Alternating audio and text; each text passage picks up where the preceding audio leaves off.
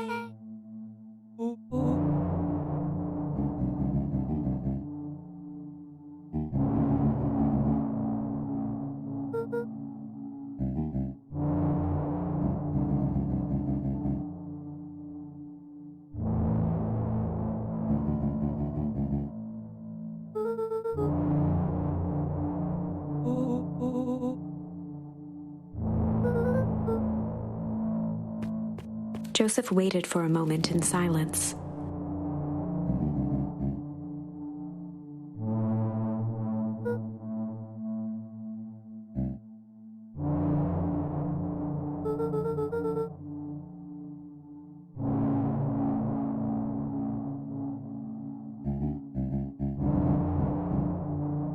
He gestured toward the strange tubes.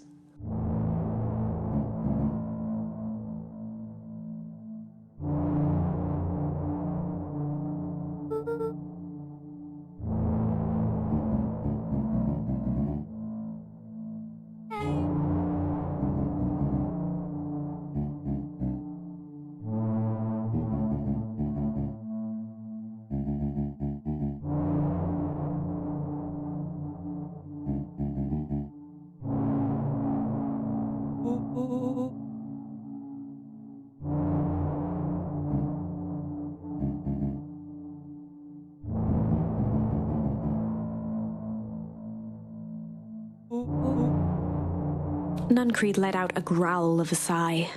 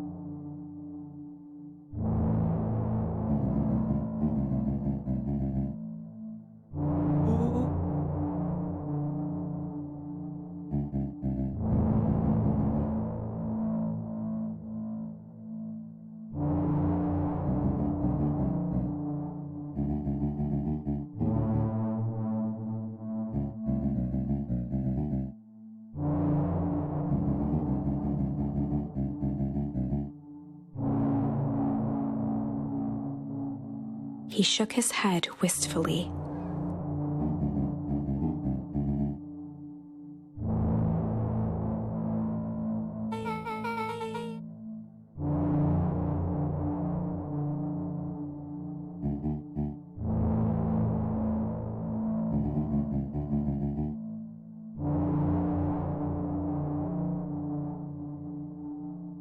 Nuncreed took a menacing step towards the children.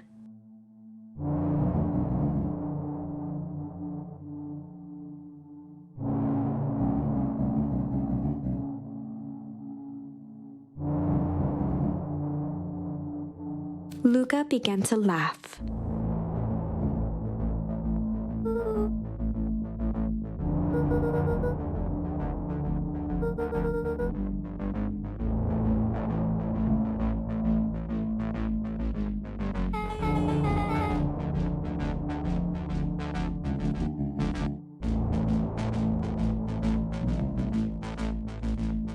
The color drained from Nuncreed's face.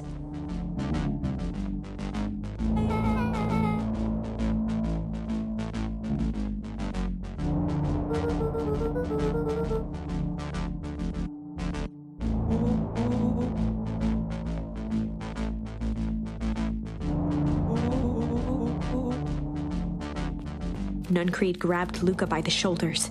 His eyes were frantic.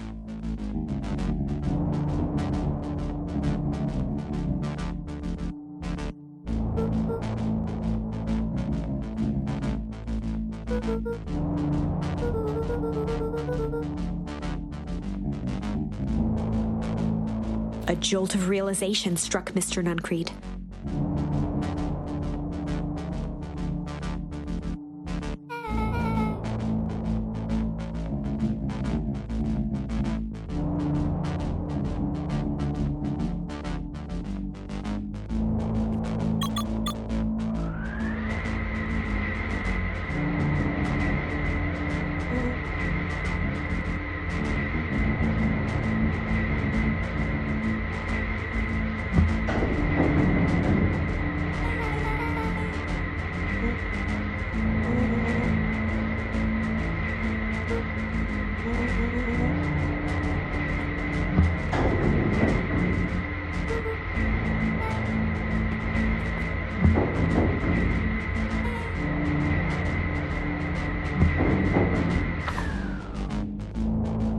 Chapter 8. The Cold, Hard Truth.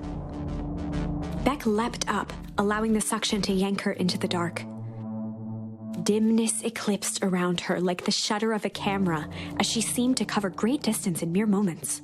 Her only points of reference were glints of upcoming turns, which approached with frightening speed, only to carom her gracefully along. She heard the tinny, distant echoes of Rollo's glee.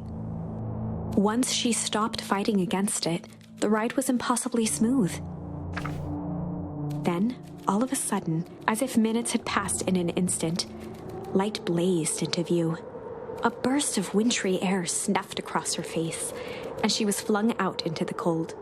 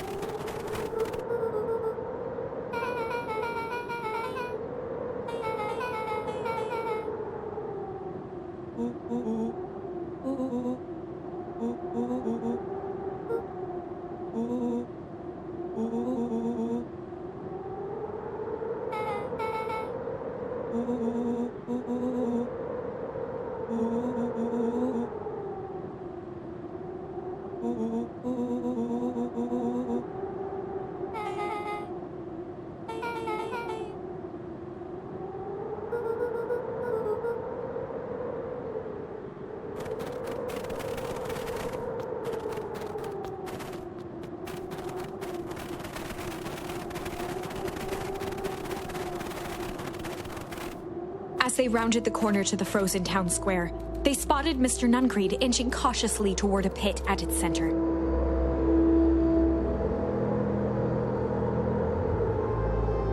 He held his arms out gingerly, as if approaching a beast in the wild.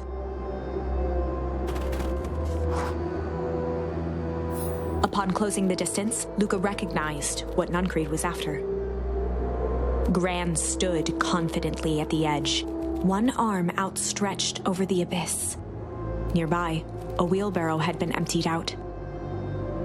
She held a lit torch, which flickered in the bitter wind.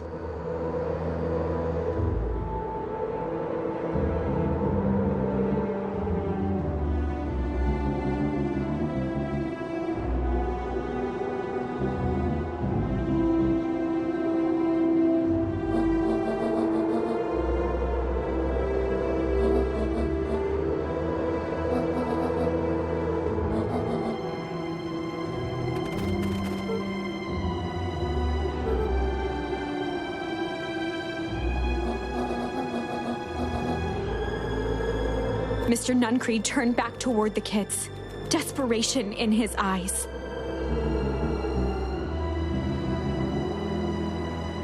Rollo and Beck held steadfast in awe. Luka approached closer. Mr. Nuncreed spun back toward Gran, his voice growing louder.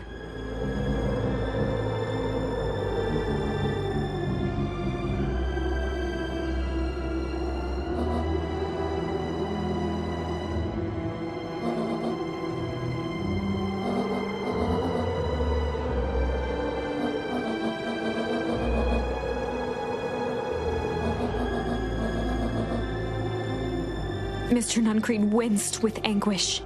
His voice hardened. They both now yelled, not to each other, but at fate itself, making their peace with long-held burdens. The wind howled with encouragement.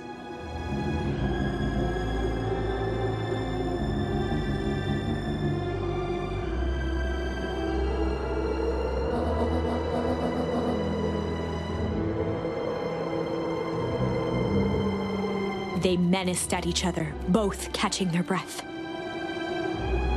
The moment balanced on a knife's edge. Amid a blur of emotions and memories, Luka's mind flooded with questions. The wind calmed, as if to give him the stage.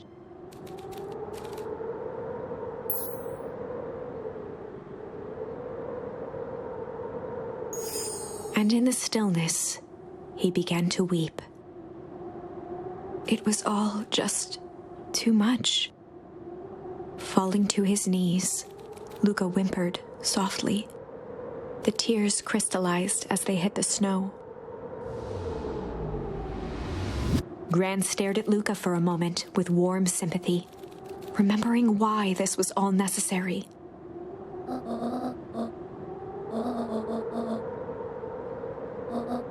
She stiffened up and brandished the torch at Mr. Nuncreed.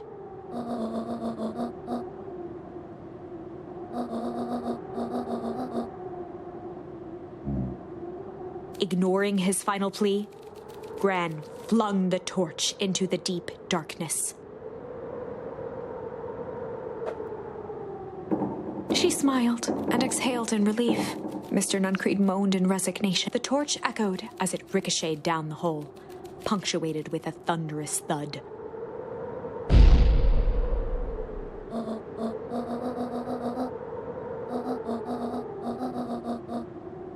Before Gran could finish, the ground shook her to silence.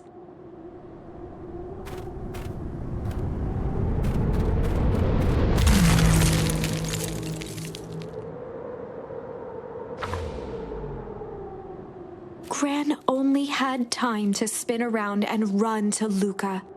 Her attempt to shield him, an honorable but trifling act.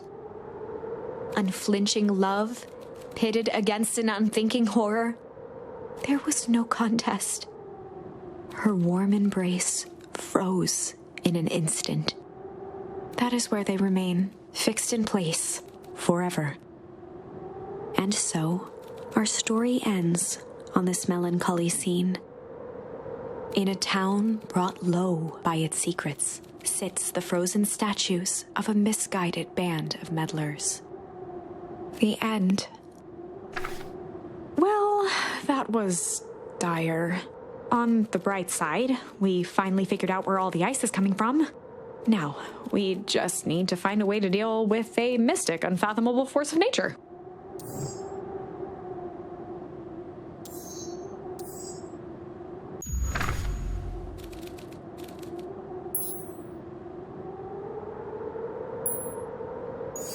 And in the stillness, he began to hum.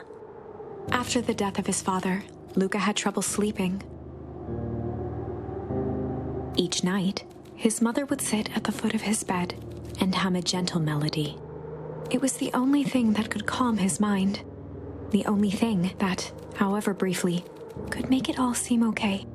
That melody pervaded every memory Luka had of his mother. Shivering in the raw snow, he began to hum it out loud.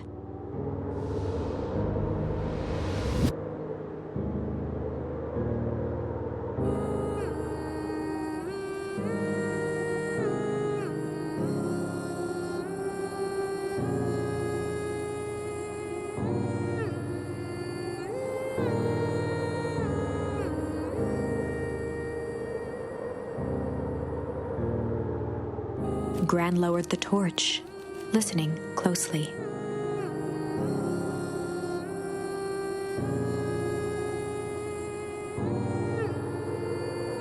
As recognition slowly set in, her heart sank.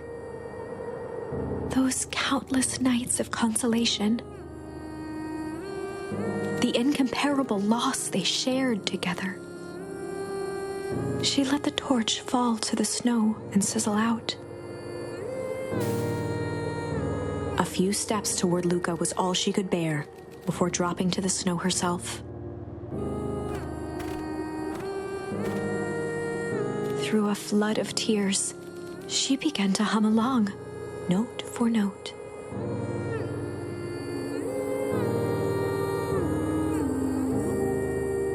Luka lifted his head in astonishment. The last time he heard that melody was the last night he saw his mother.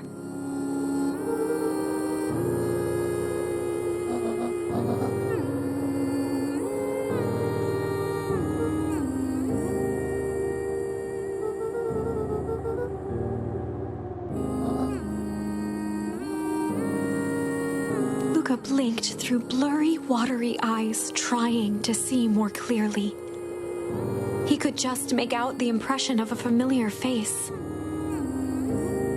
He peered across the snowscape at the woman on her knees. Something about her was undeniably his mother. Only smaller, older, changed.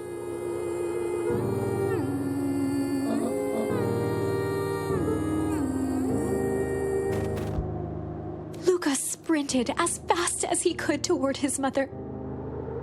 They held each other close, and the cold retreated from their bodies.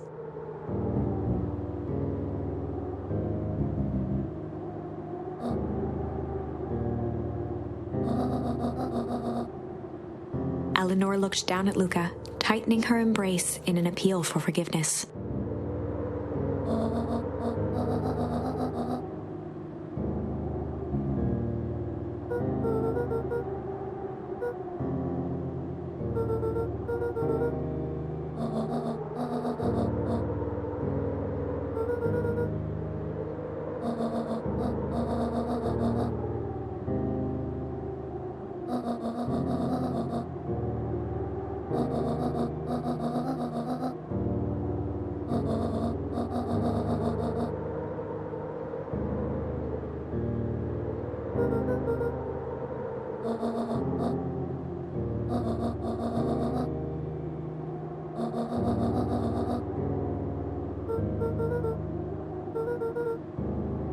Joseph slumped into the cold, wet snow.